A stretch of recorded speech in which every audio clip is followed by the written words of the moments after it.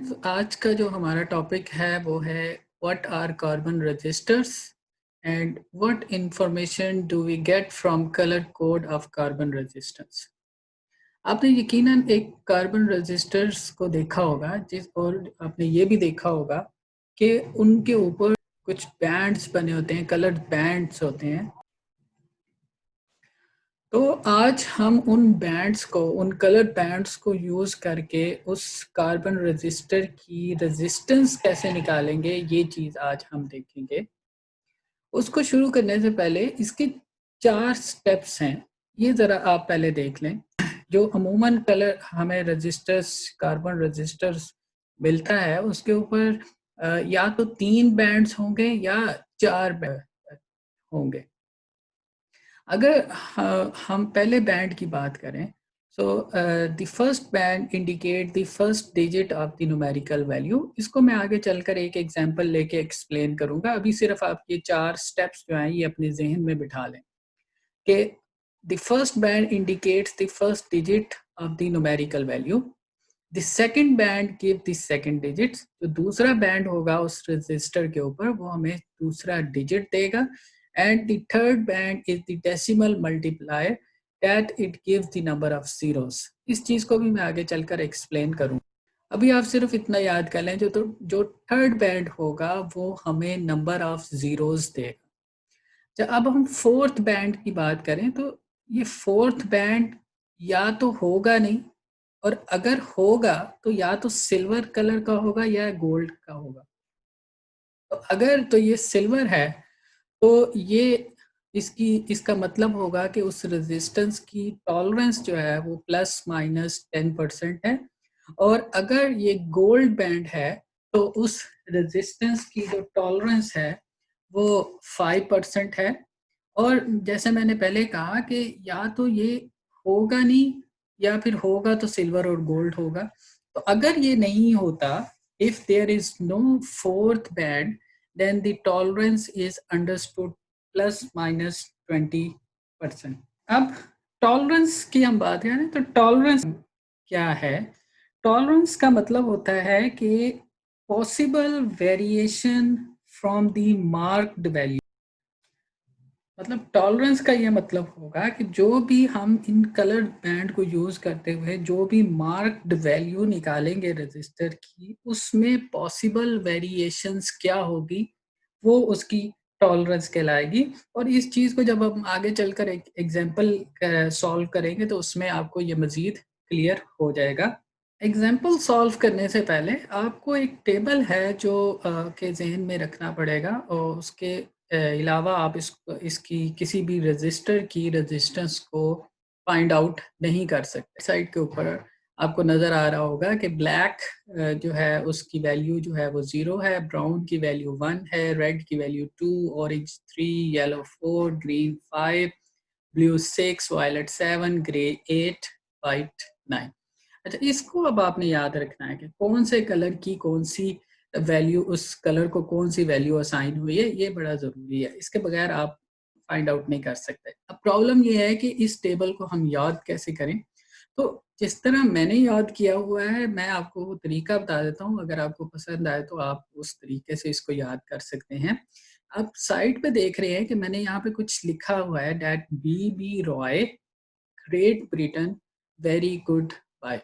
तो मैंने इसको इस तरह अपने ज़हन में बिठाया हुआ है कि B Roy, Great Britain, very good wife. So B black, B brown, Roy ROY, R for red, O for orange, and yellow for Y for yellow. Then great green, Britain blue, violet V, very violet, and good gray, and wife W for wife and W for white। मैंने इस table को इस तरह याद किया हुआ है। तो आप, अगर आपको अच्छा लगे और आसान लगे तो आप इस तरह इसको याद कर सकते हैं। लेकिन इसको याद करना बड़ा ज़रूरी है, क्योंकि इसके अलावा अगर आपको ये नहीं पता होगा कि कौन से कलर को कौन सी वैल्यू असाइन हुई है, तो आप आगे इस रेजिस्टेंस जो है वो फाइंड आउट नहीं कर सकते।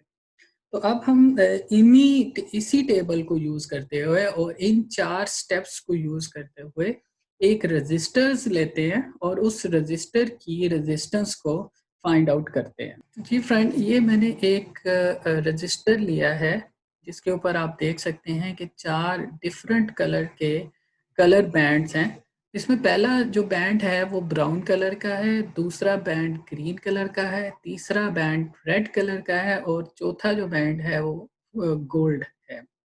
अच्छा, इसकी हमने रेजिस्टेंस मालूम करनी है इन कलर बैंड्स को यूज़ करते हुए, और इसके लिए आपने वो 4 स्टेप्स को दोबारा ज़रा रिवाइज़ कर लें अपने ज़हन में और उस टेबल को अपने ज़हन में रख लें, क्योंकि हमने उन्हीं 2 चीज़ों को यूज़ करना है।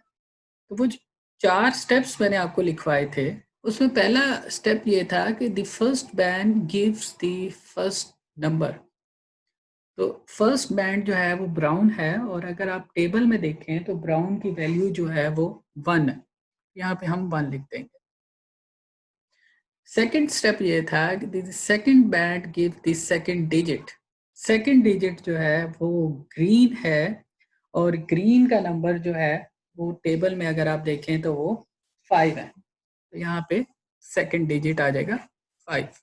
थर्ड स्टेप को अगर आप देखें तो थर्ड स्टेप में ये था कि the third step gives the number of zeros, यानी तीसरा बैंड जो है वो नंबर ऑफ जीरोस देगा। अब अगर आप थर्ड बैंड को देखें तो थर्ड बैंड का जो कलर है वो रेड है और रेड की वैल्यू जो टेबल के अंदर है वो 2 है और थर्ड बैंड हमें नंबर ऑफ जीरोस देता है, तो यहाँ पे हम 2 नंबर ऑफ जीरोस लगा देंगे। तो ये हमारे पास रेजिस्टेंस आ गई इस रजिस्टर की। अब फोर्थ बैंड की बारी है। फोर्थ बैंड जो है वो हमने सीखा है कि वो रेजिस्टेंस टॉलरेंस देता है। टॉलरेंस मीन्स के variation, possible variation between the marked value.